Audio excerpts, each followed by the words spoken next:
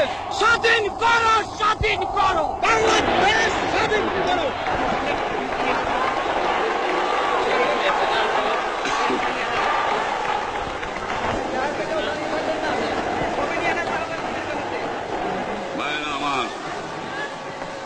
আজ দুঃখ ভারাক্রান্ত মন নিয়ে আপনাদের সামনে হাজির হয়েছি। আপনারা সবই জানেন এবং বোঝেন আমরা আমাদের জীবন দিয়ে চেষ্টা করেছি, কিন্তু দুঃখের বিষয় আজ ঢাকা, চট্টগ্রাম, খুলনা, রাজশাহী, রংপুরে আমার ভাইয়ের রক্তে রাজপথ রঞ্জিত হয়েছে। আজ বাংলার মানুষ মুক্তি চায়, বাংলার মানুষ বাঁচতে চায়, বাংলার মানুষ তারা আজ তার অধিকার চায়। কিন্তু দুঃখের বিষয় আজ দুঃখের সঙ্গে বলতে হয় 23 বছরের করুণ ইতিহাস, বাংলার অত্যাচারের, বাংলার মানুষের রক্তের ইতিহাস, 23 বছরের ইতিহাস, মুমূর্ষ নরনারীর আত্মনাদের ইতিহাস, বাংলার ইতিহাস, এদেশের মানুষের রক্ত দিয়ে রাজপথ রঞ্জিত করার ইতিহাস। 1952 সালে রক্ত দিয়েছি, 1954 সালে নির্বাচনে জয়লাভ করেও আমরা গদিতে বসতে পারি নাই। 1958 সালে আইয়ুব খান মার্শাল ল জারি করে 10 বছর পর্যন্ত আমাদের গোলাম করে রেখেছে। 1967 সালে 6 দফার আন্দোলনের 7ই জুনে আমার ছেলেদের গুলি করে হত্যা করা হয়েছে।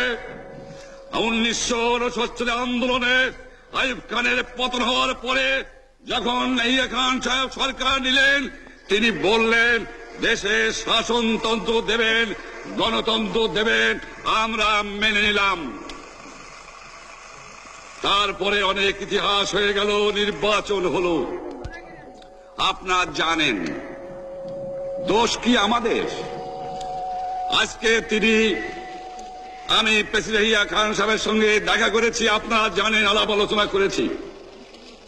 আমি শুধু বাংলার নয়, পাকিস্তানের মেজরিটি পার্টির নেতা হিসাবে তাকে অনুরোধ করলাম 15 ফেব্রুয়ারি তারিখে আপনি জাতীয় পরিষদে অধিবেশন দেন। তিনি আমার কথা রাখলেন না, তিনি রাখলেন ভুট্টো সাহেবের কথা। তিনি বললেন প্রথম সপ্তাহে মাসে হবে, তিনি মানে নিলেন। আমরা বললাম ঠিক আছে, আমরা অ্যাসেম্বলিতে বসবো, আমরা আলোচনা করব। আমি বললাম বক্তৃতার মধ্যে অ্যাসেম্বলির মধ্যে আলোচনা করব। এমনকি আমি এ পর্যন্ত বললাম যদি কেউ ন্যায্য কথা বলে, আমরা সংখ্যায় বেশি হলেও একজন যদিও সে হয়, তার ন্যায্য কথা আমরা মেনে নেব। আসুন বসি, আমরা আলাপ করে শাসনতন্ত্র তৈরি করি। তিনি বললেন পশ্চিম পাকিস্তানের মেম্বাররা যদি এখানে আসে তাহলে কসাইখানা হবে অ্যাসেম্বলি। যদি কেউ অ্যাসেম্বলিতে আসে তাহলে পেশোয়ার থেকে করাচি পর্যন্ত দোকান জোর করে বন্ধ করা হবে। তারপরেও যদি কেউ আসে তাকে সন্ন্যাসার করা হবে। আমি বললাম অ্যাসেম্বলি চলবে। তারপরে হঠাৎ 1 তারিখে অ্যাসেম্বলি বন্ধ করে দেওয়া হলো। কি পেলাম আমরা?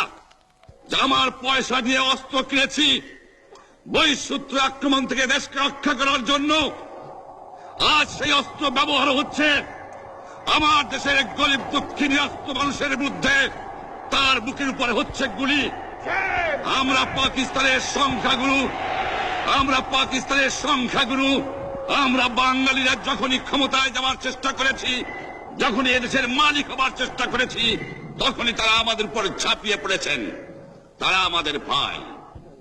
আমি বলেছি তাদের কাছে এই কথা যে আপনারা কেন আপনার ভাইয়ের বুকে গুলি মারবেন? আপনাদের রাখা হয়েছে যদি বহিঃশত্রু আক্রমণ করে তার থেকে দেশটাকে রক্ষা করার জন্য। তারপরে উনি বললেন যে আমার নামে বলেছেন, আমি নাকি বলে স্বীকার করেছি যে 10 তারিখে রাউন্ড টেবল কনফারেন্স হবে। আমি উনাকে একথা বলে দেবার চাই, আমি তাকে তা বলি নাই। টেলিফোনে আমার সঙ্গে তার কথা হয়। তাকে আমি বলেছিলাম জনাব ইয়াহিয়া খান সাহেব, আপনি পাকিস্তানের প্রেসিডেন্ট, দেখে যান, ঢাকায় আসেন কিভাবে আমার গরিবের উপরে, আমার বাংলার মানুষের অবুকের উপরে গুলি করা হয়েছে, কি করে আমার মায়ের কোল খালি করা হয়েছে, কি করে মানুষকে হত্যা করা হয়েছে। আপনি আসুন, দেখুন, বিচার করুন, তারপরে আপনি ঠিক করুন। আমি এই কথা বলেছিলাম। হঠাৎ আমার সঙ্গে পরামর্শ না করে বা আমাদের সঙ্গে আলোচনা না করে 5 ঘন্টা গোপনে বৈঠক করে যে বক্তৃতা তিনি করেছেন এবং যে বক্তৃতা করে অ্যাসেম্বলি করেছেন, সমস্ত দোষ তিনি আমার উপরে দিয়েছেন, বাংলার মানুষের উপরে দিয়েছেন।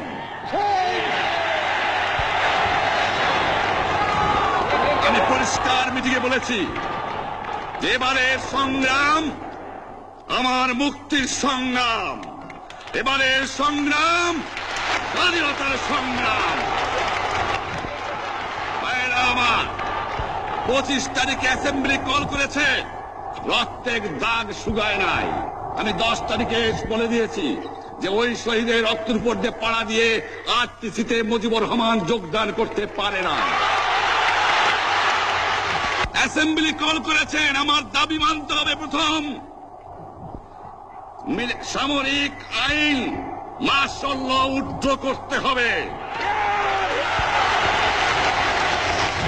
সমস্ত সামরিক বাহিনীর লোকদের ব্যারাকে ফেরত দিতে হবে,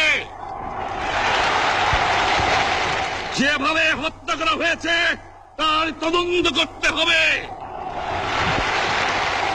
আর জনগণের প্রতিনিধির কাছে ক্ষমতা হস্তান্তর করতে হবে। তারপরে বিবেচনা করে দেখব আমরা অ্যাসেম্বলিতে বসতে পারবো কি পারবো না। এর পূর্বে অ্যাসেম্বলিতে বসা, আমরা অ্যাসেম্বলিতে বসতে আমরা পারি না। জনগণ সে অধিকার আমাকে দেয় নাই। ভাইয়েরা আমার, তোমরা আমার উপর বিশ্বাস আছে?